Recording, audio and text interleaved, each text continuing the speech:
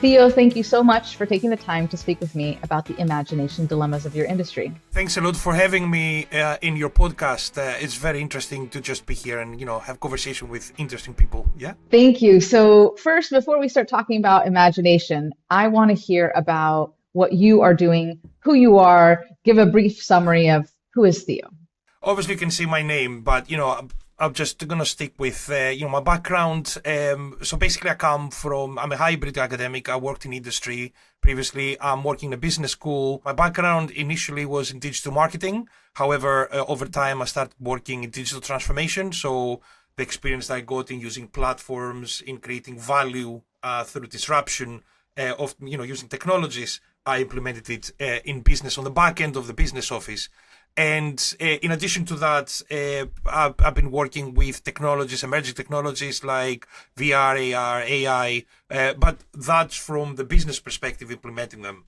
I worked with a lot of knowledge transfer partnerships doing digital transformations, with a lot of businesses and a lot of projects, and looking forward to more. So, I visited you at your campus and we were talking about students and your classroom and all the interesting ways that you are reinventing. So many years ago, I used to be also teaching at a university, and I am fascinated by how there's so much new technology out there. One of the things I thought was so interesting that you were doing is you had created an AI agent to help your students with the class. And so talk a little bit about that. I think that's so interesting. First of all, that started as an experiment in 2023, 2022. And the first thing was when I just saw the OpenAI just, start hitting the market, I identified this as an opportunity.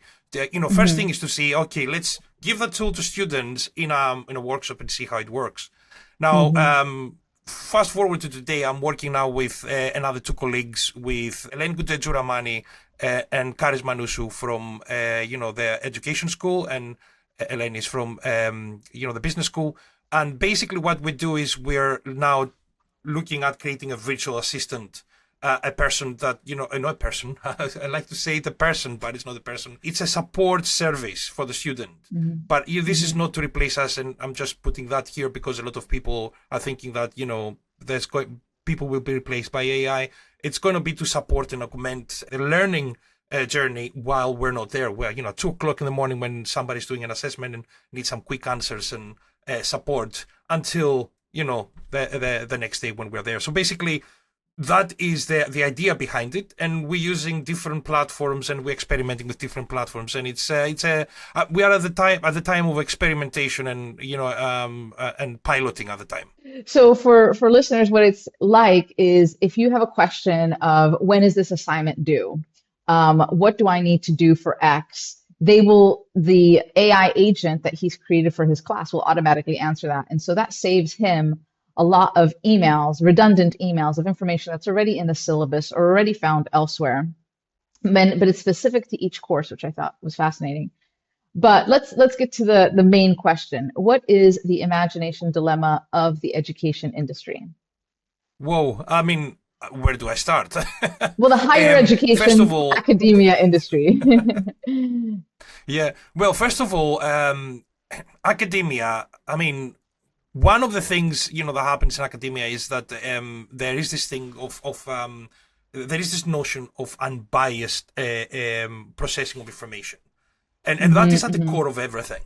But I think academics, because they become focused and obsessed with this, and I'm not saying in a way that this is not important. It's paramount, because otherwise, in a world of fake news and fake information and synthetic information, if you want, let's put it like in a different word, you need to have people that are making sure that information are cross-referenced and they are what they are. But the core of the academia is working with that. But in a way, the way that the business, the industry is changing and implementing these new tools, these emerging technologies. Each one of them is an accelerator. And when in the past we had, let's say, oil, and now then we had data, big data. I mean, more recently, you had steam way back, fire back then. now we have all these technologies, and we have distributed ledger systems, we have AI, Yes. we have reality technologies, we have quantum computing, fusion.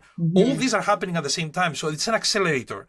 And the reason why I just jumped into the technology part is because when you have an institution that works with out-of-date terms, and it's more about a conservatory of practices that tries to conserve certain ways to maintain integrity, because academic integrity is the top thing. Then it becomes very difficult, and there as institutions will become very, very rigid in following this, and more so as the acceleration is happening.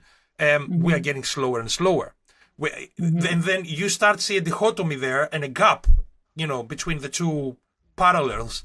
And you start seeing the one world of the industry going away and the other world of science, with many exceptions. But, overall, as universities, as we see, staying behind and trying to maintain status quo on a different, a status quo of a different era, on a new era that's coming, that's moving fast. So I believe, if I could put the problem here of imagination, because to imagine you need to have some raw materials, real raw materials, that are happening, from the now, as we say. And then in order to be able to imagine, you need to be able to project, you need to be able to be creative, think outside of the box. Create things in your mind that don't exist. So in order to make these projections, you need to have very grounded reality. And I believe right now the reality is shaky when it comes to the academic institutions, but also around the world, as we can see. The world is a disrupted place right now. And this is a huge motivation of mine to have written this book and to be doing these conversations, is because every single industry is being disrupted by the sheer advances in technology. And I love how you said that there's a disconnect between reality and the status quo of practice in academia, which you can replace the word academia and add, any other industry. Many industries are struggling to appreciate what the new reality is. And in their defense, some of it is still, it's in the making. So it's not like, oh, here's this, we've transferred from, very neatly from one industrial revolution to another, or from one practice to another. It's usually hybrid. It's usually messy. We usually don't have labels or names for things that are emerging, and we slowly develop them and try to explain them to other people. So when it comes to being a business professor at a university, how do you know? So you're already immersed in tech, and given your industry experience, what's happening on the edge. How do you decide what to take out of the syllabus and what to put in? Because there's only a certain number of weeks in the semester. So you don't get to have everything from before plus new stuff. You have to remove. Walk me through that process. How do you do it? Well, we are all restricted by the dimensions of time. And, Yes. Also, as a professor, you need to remember that, or, a lecturer or a senior lecturer or whatever else, you really need to remember that finite time frame is, finite level of resources is the same for students and worse. So here you need to actually cater for an audience. Now, I'm coming from digital marketing background, content is everything. So what I'm trying to do is I'm trying to create content that helps students, but I'm also find ways to create synergies. Some people call it efficiencies. I'm saying no. I'm saying I'm trying to be productive in the way that I'm communicating with my students, because I give them a choice. Now, I went and tried to reimagine. When I arrived in 2015 in academia, I just abandoned lectures right away, and I created them all in YouTube. Because I remember when I was a student, I was sitting in the back, and although we had some few lecturers that were like, wow, people were going to just listen to them, the rest of the lessons were, sort of 2-hour session, then 1-hour tutorial to just do something. And I'm talking about typical business school approach. And I was thinking, well, you could actually put that in YouTube, and then you could do a 2-hour workshop and roll your sleeves up and have more time to do things that do really matter. So the one thing that when I was creating a program at the time, it was MSc Digital Marketing, was actually looking the market, because I knew there was a gap. A lot of people were doing social media and communications, but nobody had the methodology and approach that was uniform across the board so as to get a digital marketer with all the skill sets. So at the time, we're talking about post.com bubble, I just looked at this, I looked at creating modules on this program, and one of them was mine. And I was looking at creating a link with all these skill sets that were required, because there was a gap in the market. I believed at the time that if you do that, and then once you get the skill sets and you start reverse engineering into content, then you start creating that opportunity to say, okay, to select what's right and what's wrong. But it is a big problem, because how can you simulate industry when you have, let's say, because at that time I was in digital marketing, and it was, how fast it goes, that sector. It changes, the platforms change all the time, the algorithms change. How do you create something? So basically, I found myself doing that every 3 months. In the beginning, I was like, oh my God, what did I sign on? And then after that, I was like, you know what? It's a habit like everything else. You just make it a habit. But students appreciate the fact that they come in class and they get fresh information, instead of just getting a book that is written 3 years ago, has been peer reviewed several times, and by the time it's published is out of date, at least for our sector. I mean, there's history and other sectors that don't move as fast, because there's plenty of time for you to reflect on what happened in the past. But, that's what happens with our sector. So what I'm hearing is that you have innovated in terms of content delivery or lecture delivery to a way that is more adaptive to the type of way that students today like to take content or absorb content. And so you've gone the YouTube and you've leveraged your digital marketing background. That's such a great combination, by the way. And I totally agree that the peer review system, while it has its merits and it comes from a good place, struggles to meet the demands of today. What are your thoughts of how we can have still kind of the academic integrity of peer-reviewed content, but faster? This is a very difficult area, and I might be talking, and if this is shown in LinkedIn, there's a lot of people are going to leave comments below, that maybe disagree with what I'm going to say, because here we go, drum roll. AI. I mean, you can train an AI to put specifications, and AI is able to actually. I mean, it depends on the resource and depends on the on the framework that you're developing. But if AI can curate data in real time with a specific lag of seconds, that in companies that have, I don't know, huge data sets that are real time. I struggle to be doubtful that they can do that with academic papers and submissions. Now, I'm not saying that they're going to be a human peer reviewer, but you can actually make the process more efficient and productive, because right now it's counterproductive. I mean, I'm not talking about journals, because journals generally, it's like, I see it as a forum with academics all talking to each other. But, when you're talking about educational handbooks, the publishers had it very good for very, very long. And right now, the rate of producing a book to the rate that knowledge is produced in other mediums online are, completely two different worlds. I mean, one is taking 3 to 5 years. I mean, you can write a book really quickly and you wrote a book yourself. I mean, you really need to take time to think.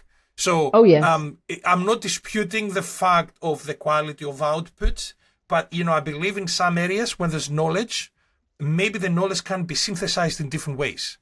Because, you don't need to write a masterpiece, a literature masterpiece, for, students to learn ABC, okay? But, it's good to have some thought in it. So then you need to find ways to use the current tools to be able to at least make it faster, because at least for education purposes, let's start there, that section, because then we have the academic integrity. There, you are able to at least get to the market faster, or find another medium, because the book, where it's printed, whatever, it's great. You can take a book, you don't need batteries, you don't need anything. However, that book, once printed, cannot be updated. The technology has no ways to update itself. So imagine a book that can be updated, like in real time. You can change whole chapters because something changed. A living book, yeah. So we have the technology to do that, but Yeah. there is resistance, and I understand why. Because there is some nostalgia. There is that relationship you have with this older medium. So, and that's where the enlightening started from. The printing service. I mean, but that's how old the technology is and the concept, and that's a previous centuries back. That this technology revolutionized everything. So now we have new technologies, and I believe that's on one side for education, for academic integrity. It's a conversation with the scientific community on how to, because there is a problem on how do you verify information, but we see a lot of papers being recalled right now. I mean, this is not a problem. We see professors being taken the tenure back because there was a plagiarism of some sort, or there was an insinuation that what they said wasn't correct or was fabricated. So you need to actually be able to have, keep that as a minimum and have the academic integrity there, because once this collapses, everything becomes fake. Everything could be fake. So yeah, this is a fine balance. This is a big problem to solve. But my only issue here is that there's so many brainy people that don't want to solve it, and that is the thing. Status quo is a big thing. If you keep everything constant, everybody's happy. We build our own habits, as I said. Something that, it was a change and was a struggle for me in the beginning with creating content and keeping my content up to date to keep up with change became a problem for me, but then it became a habit. But maybe we shouldn't be, keeping the habits prolonged. We need to just wake up and change and get comfortable again, then create new habits, and then maybe the cycle and the lags between the cycles need to just become smaller rather than bigger, in academia at least. There are different mediums. I'm not going to find the solution in this podcast, but I'm saying that I'm surprised that a lot of brainy people, a lot of intelligent people in the university, not sitting down and just start, let's rethink the process. The problem is here is the process is the king or the queen. Okay, so nobody talks about it. So this is really fascinating, and I do think that you have offered a solution and you don't even realize it. Oh, okay. So when you started talking about like the living book and all of that, for me, I already thought like, radical position, no more textbooks. And, people do things on their own. And I was thinking that maybe there could be some agreed upon, like a certain type of business course always has X, Y, Z objectives. And it's to the discretion of the professor to cover them as they see fit with whatever case studies, etc. But then you start talking about a living textbook. And I was like, well, wait a minute, that is the perfect bridge where you have the status quo, which is a textbook, but then that textbook gets updated digitally, which is, again, as you said, technologically possible. And even my book, I can update it digitally at any moment in time that I want. And every semester, it could be printed a new one. So Amazon has, printers all over the world. They've democratized book printing. It's the same concept. It's like, okay, well, the fall semester X is this edition, and they've updated if people want the physical books, but a lot of people are opting for the digital books anyway, and that's something that could be changed in a second. And so keeping the textbook, making it a living textbook is to me the bridge to the next step, which is what you had ended with, which is, just stay agile. I have to keep creating content. Something you have not mentioned. There with a book, you're buying the evolution of knowledge on that particular subject, not the knowledge that's been written. So basically, you are investing in that knowledge and the knowledge that will come. So then it might not be paid for once. It could be a subscription. It's getting close to a podcast. Now we see, Notebook LM right now, and you can actually put whatever resource in and you get a podcast. You could have AI to just give you a historic analysis of evolution of the different iterations or chapters that there. And, you said, no books, no text. I believe that there is space for all types of content. I don't think ever there's going to be no text. But, yeah, people have more preferences on videos. They don't want pictures or graphics right now, animated graphics. They're moved into videos. But there's always need for different types of media. I don't think we will ever have no text. Yes, and I like the subscription idea. But then the question is who pays for the subscription? So a student's going to do one class of, let's say just Business 101, and they're not going to repeat that class. And so they don't really need a subscription to that. And so now this is where a more imaginative format needs to be thought through, whether it is the university that holds the subscriptions and then offers them to the students as needed, or then the student subscribes to the full package of business, I don't know, an undergraduate degree or whatever it is. And every year they pay for whatever updates are needed across the years of their degree. And then when you talked about different types of content, another one is immersive. And before we get to immersive, I do want to say one observation I've had in academia. And and this is not something you've brought up, and this is something that is very easy to miss when we're so hyped up and talking about the content that needs to be continuously updated and the technology. There is a significant portion, and I'm not talking about administrators, I'm talking about professors. There's a significant portion of teachers, lecturers who just genuinely don't want to do what you've described. They do not want to update. It's a lot of hard work, and they would rather not do that. So do you have any kind of thoughts on how universities can encourage professors to see their role as updating every single semester instead of, once every, couple of years or so? I cannot blame the colleagues on this, and I'm not doing it for political reasons. Okay, the universities have one skewed way of operating, thinking that each academic is a one-man band. You need to teach, you need to commercialize, especially in our sector, in business. I mean, if you are a business academic that doesn't do business or doesn't have some sort of relationship with the business world, then you're describing life of a book or or a paper theoretically. So from my perspective is I cannot blame them because I find a lot of people struggling to be productive on 3-4 areas at the same time. People need to remember that academics, I went to academia because I thought, it would be, a place of debate, but I find myself struggling to just keep all the plates spinning. So yes, it would be great to have the time, but, let's flip this argument now because, that's one side. The other side is that's life.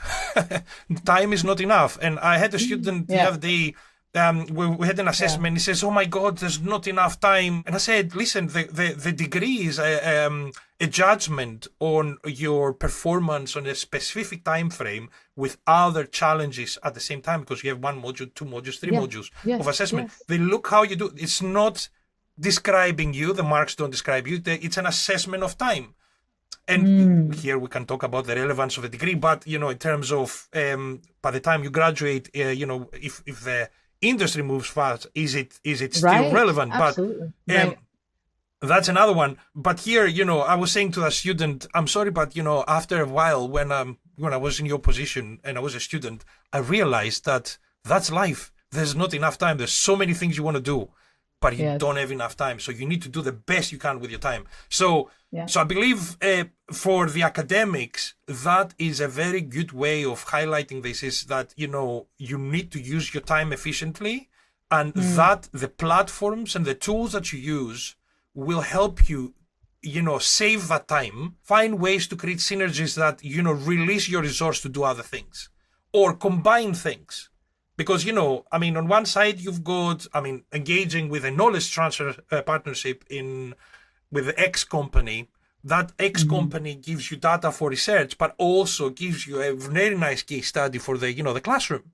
So also gives you the opportunity to create live assessments because within that project, there could be other opportunities that can be filled by students that then you can bring into class as an assessment. Again, another one that you need to just make it compatible assessment and a brief from a company with a problem. But that creates a synergy that provides, but it's very hard. And I can say that, I did try to do this, but sometimes I find myself doing too many things. So it is hard. And we need to remember there's the other side that we are experts or specialists that we are asked to actually do 4 things at the same time. This is true. With very, very high performance. Yeah. That's such a wonderful response to that. And I think it's really valid, the amount of plates that professors have to spin. So let's go to the immersive space. I know you are experimenting in this space. It's very edge in higher education to use immersive technology mediums. So tell me about that. What are you doing? How do you think this can revolutionize education? I started, I was a gamer in a past life. So I was always imagining how would it be if, Yeah, now play game, shooting people or building stuff or solving puzzles. But how would it be if I would, in the university, that was when I was a student in, I think, my postgraduate, how would it be if this was the mode of learning? yeah. If, these worlds, and we're talking now that 2D screen back then, these immersive 3D worlds were developed in a way just to kind of fulfill certain learning outcomes. And at the time, I saw that as something that even myself, I was like, you know what? I don't think it's going to ever happen. That's a Hmm. game. Okay. Hmm. Hmm. Now, 2010, fast forward, 2011 and 12, I saw that I got the first Oculus SDK, which was the first headset. And I remember I was making modifications to my PC to make it work because my graphics card wasn't good enough, and there was so many components that needed to be developed and maintained and operated. Just you can get in there and see it. Now it's very easy, just where the headset is there. So when Hmm. I went in from a digital marketing perspective, again because I was a lecturer at the time, I thought that's wonderful. So that's 2D gone. This is 3D Hmm. immersive. I'm in it. Whatever it is, I'm in it. And I was looking around. I was like, then I was thinking, my mind started exploding with ideas because I was like, okay, metrics. This is spatial metrics. Now we're talking back then. Now imagine, we have a website right now because we have 2D screens, and this is the visualization element of the business in a 2D format. And the same Hmm. happens with our Facebook accounts, with our Instagram Yes. accounts. It's all square. It's an image. Now, imagine your identity becoming an avatar and everything gets, connected to this avatar. And this avatar is interacting in a world that can meet everyone and socialize with everyone. So I'm thinking at the Hmm. time that simulation wise, for marketers, for businesses, for anthropologists, for psychologists, I mean, this is a gold mine in terms of data. So I Yes. started thinking, and I was thinking, okay, I mean, on one side, you can use that for communications to persuade people to buy, see value in things to buy. But also, Hmm. you can use that to learn. Because imagine what is if you are actually using these input sensory devices. Because when you see the helmet, as everybody says, that's an input device for your vision. And then if you have the headphones, then becomes for your ears. And if you have haptics, then it becomes for your senses. If we could smell, it would be or taste. So then, in a way, it's like an input device in your brain. More Yeah. recently, Neuralink shows that you could actually connect directly with a PC through True. electrodes. But A chip in the brain. Yeah. here it is. Yeah, so here it is a point where we're merging with technology, and that's where I was seeing it at the time. I was saying that people see it as a threat. I saw it like, Mm. how can I utilize this to help my students learn? How can I put them? I mean, sometimes we go for an excursion as a university and Yeah. taking students, taking to a business, to a factory, and I'm sure the other colleagues are taking them to sites in construction, civil engineering, etc., or physicists going to CERN, okay? But these are very expensive trips. It's not happening all the time. Now imagine, I was thinking at the time, and I got myself a 360 camera. I don't know if I have it here, but I was thinking, taking a 360 camera back then, taking a 360 image and bringing it to class and talk about it. Brings it closer. More recently, video. Now we have volumetric videos that you can walk Yes. through things. You're not surrounded by a bubble. That is a very, very powerful tool for learning. And I started using it in these ways, and the evolution happened from still images in 360 to now working or trying to see how can I use volumetric output to or input, if you want, into the headset so students can interact. And this is one of the things, and I believe there is a whole market there, and a small parenthesis there with cryptocurrency, which is going back up, and the dirty word of NFTs, or if you want non-fungible tokens, or if you want digital assets, that's another word for them, that once these worlds develop, there's going to be a real world impact because there Yes. is a value to be bridged over between these two worlds. Yeah. So yeah, I believe economically, commercially, it's a no-brainer. But in terms of learning, that is a wonderful way to just train somebody and create simulations. This is great. Volumetric video, for those who don't know what it is, it's a video, like a hologram representation of somebody who's like speaking, talking, dancing. And so in that sense, somebody could put on a VR headset, it doesn't matter, anywhere in the world, and then see you, Theo, in your volumetric video talking, and then have the presentation there. So it could be just as if they were there in front of you. And I do see, speaking to what we said before about subscriptions, I mean, if it's a digital asset, it's a digital asset, it's a digital product. And so that experience could be enhanced by purchasing other digital products. This is really fascinating. The future of education has a lot of promise. And I thank you so much for taking the time to share your perspective on it. Thanks a lot. And if I may, in the end, say that it is a journey. But the problem is, as with all sectors, leadership needs to be imaginative, as you say in your book. They need to have that imagination. They need to be able to see the potential. And sometimes risk aversion is the one thing that keeps us, doing the same old thing. And I believe the future is brave and interesting. So let's embrace it. It is, yes. I couldn't agree more. That's a perfect way to end. Thank you so much. Thank you.